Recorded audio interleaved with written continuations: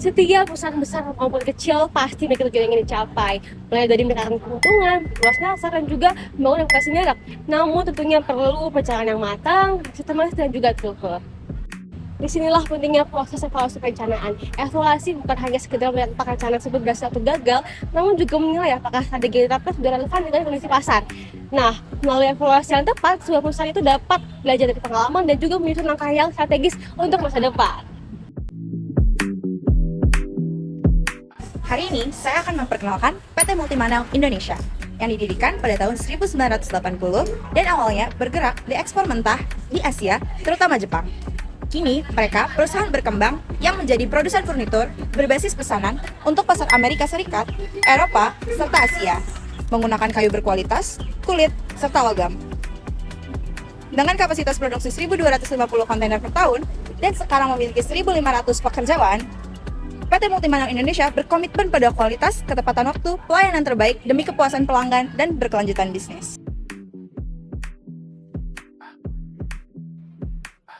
Sehubungan dengan materi evaluasi perencanaan perusahaan proyek yang kami susun, akan mengamati implementasi evaluasi pada PT Multimanau dengan melakukan wawancara.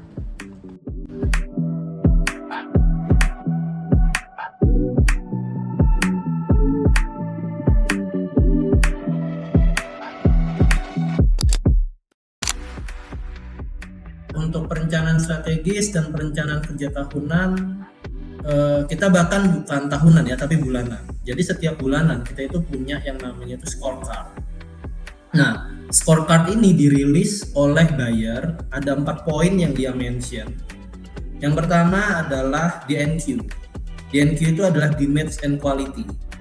Jadi bakal direview tiap bulan bagaimana damage dan quality-nya barang-barang kita. Artinya apa? Dia ngelihat barang kita ini itu yang dikirim ke sana itu kualitasnya seperti apa, banyak gak yang bermasalah dalam arti produk kita kan furniture, meja, kursi. Nah itu ada damage-nya atau enggak. Damage itu misal ada chipping-nya atau ada scratch-nya dalam barang tersebut. Intinya kita ngomong kualitasnya itu bagus atau tidak ya. Yang kedua adalah shipping. Karena kita ini perusahaan ekspor, shippingnya kita itu sangat penting, on time shippingnya kita. Jadi harus dilihat on time shippingnya kita itu seberapa persen dalam 1 bulan ini. Yang ketiga, social compliance. Social compliance itu adalah bagaimana perusahaan itu mempunyai suatu konsep atau instrumen untuk memastikan kesejahteraan karyawan itu berjalan dengan baik berdasarkan dengan undang-undang kita dan di-compare dengan aturan yang ada di Amerika dan Eropa. Contohnya, apakah semua karyawan itu mengikuti BPJS atau difasilitasi BPJS? Terus berikutnya, apakah perusahaan itu menyediakan wadah untuk karyawan mempunyai keluh kesah?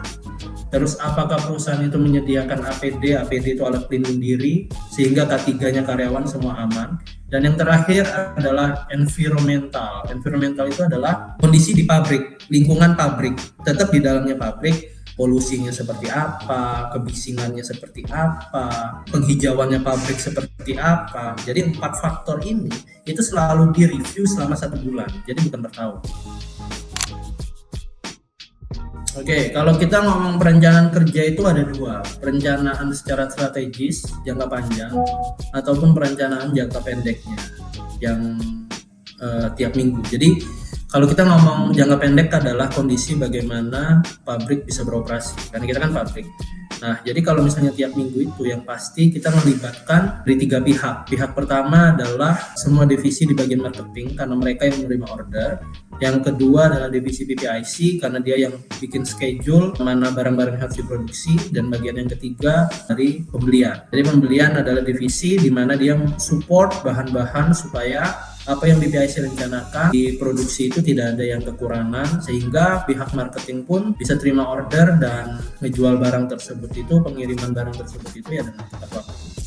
Nah itu kita ngomong kalau jangka pendeknya. Kalau kita ngomong jangka panjangnya, pasti siapa aja yang terlibat udah jelas, pasti top manajemen semua ya, semua manajer termasuk direktur maupun direktur utama, direktur keuangan. Nah itu untuk jangka panjangnya. Bedanya kita nggak cuma ngomong internal. Kalau yang masalah jangka pendek mungkin kita internal. Kalau jangka panjang kita harus juga melibatkan sekaligus dari pihak buyer. Karena apa? Karena yang pegang brand adalah buyer. Jadi, kalau dari pihak kita, kalau tidak ada buyer, kita nggak bisa lihat pasarnya itu secara terbuka. Kenapa nggak bisa secara terbuka? Karena buyer yang lebih ngerti pasar mereka di Amerika dan Eropa. Oh iya, jelas. Tolak ukurnya kita selalu ada. Salah satu tolak ukurnya setiap 4 poin yang tadi saya bilang di scorecard itu, kita selalu punya grade-nya. Grade-nya itu dari E sampai A. Yang mana E itu jelek, A itu baik. Nah, indikator itu dilihat dari mana. Jadi, poinnya pabrik kita selalu melihat efisiensi dan efektivitas itu dulu. Yang kedua baru masalah quality dan quantity. Seperti itu. Ya, kalau hambatannya atau tantangannya lebih ke apa yang sudah kita bahas dan apa yang sudah kita setujui, yang sudah kita targetkan itu tidak berjalan dengan apa yang memang kita sudah rencanakan. Nah, kendala-kendalanya itu di luar dari apa yang kita pikirkan. Contoh, pada saat Trump kemarin naikkan tarif, kita kan ekspor, itu kan impact. Nah, impactnya itu kan di luar kendali. Tiba-tiba kita sudah siapkan barang dikirim, tiba-tiba buyer minta hold. Kenapa minta hold? Karena dia gak mau nanggung tarif sebesar itu. Nah, karena tidak mau menanggung tarif sebesar itu, akhirnya di hold itu selama sebulan. Karena di hold selama sebulan itu bakal impact ke inventory kita, yang mana daya penyimpanan kita naik, terus uang kita yang seharusnya sudah dibayar karena kita sudah kirim akhirnya di hold. Ya sesuatu yang seperti itu yang tidak terduga. Kalau yang di internalnya kita itu kan dari eksternal. Kalau internalnya kita kebanyakan sih human error ya, karena kita kan furniture itu padat karya, kebanyakan masalah kualitas dan efisiensi kerja karena kita mengandalkan manusia lebih banyak daripada mesin. Pertimbangan-pertimbangan apa? Yang pasti pertama adalah ekonomi global, karena kita tidak hanya domestik ya, karena kita lebih cenderungnya secara global karena pasar kita itu luar negeri semua. Barang yang kita jual itu diekspor, bahan-bahan yang kita pakai itu adalah yang impor. Jadi banyak barang-barang material itu dari China, dari Vietnam, dari Taiwan, itu yang jadi bahannya dan kita ekspor menjadi produk kayu ke pasar Amerika, Eropa. Yang kedua itu bagaimana ya kita secara internal bisa ngebikin suatu proyeksi atau suatu forecast yang mana bisa ngeladenin segala tantangan-tantangan yang tidak terduga dari luar itu gitu. Jadi ya kayak tadi saya tarik lagi contohnya masalah tarif tadi.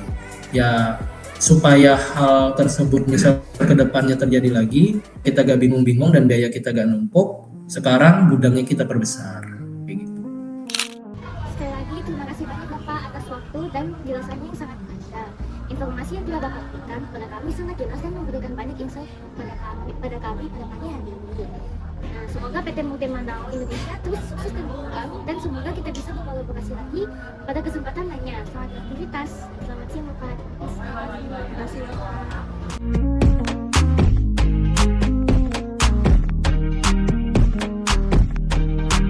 PT Multi Mandau menunjukkan adanya komitmen yang kuat terhadap perencanaan strategis dan juga operasional yang berorientasi hasil. Terlibatan buyer dalam perusahaan scorecard ini menunjukkan adanya kerjasama yang baik antara perusahaan dan juga mitra eksternal yang sangat penting dalam bisnis ekspor. Langkah evaluasi mingguan merupakan praktik yang sangat positif untuk menjaga konsistensi dan akurasi pelaksanaan rencana, serta memungkinkan respon cepat terhadap masalah. Penggunaan grading untuk mengukur kinerja juga menjadi nilai tambah dalam sebuah proses monitoring dan perbaikan berkelanjutan. Namun, ketergantungan tinggi terhadap tenaga manusia sebaiknya dijadikan perhatian khusus. PT Multi Mandau dapat mulai mempertimbangkan otomatisasi di beberapa lini kerja untuk mengurangi resiko human error dan meningkatkan efisiensi produksi. Secara keseluruhan, PT Multi Mandau memiliki sistem perencanaan yang kuat dan adaptif. Hal ini berpotensi besar mendorong keberlanjutan serta daya saing perusahaan di pasar dunia.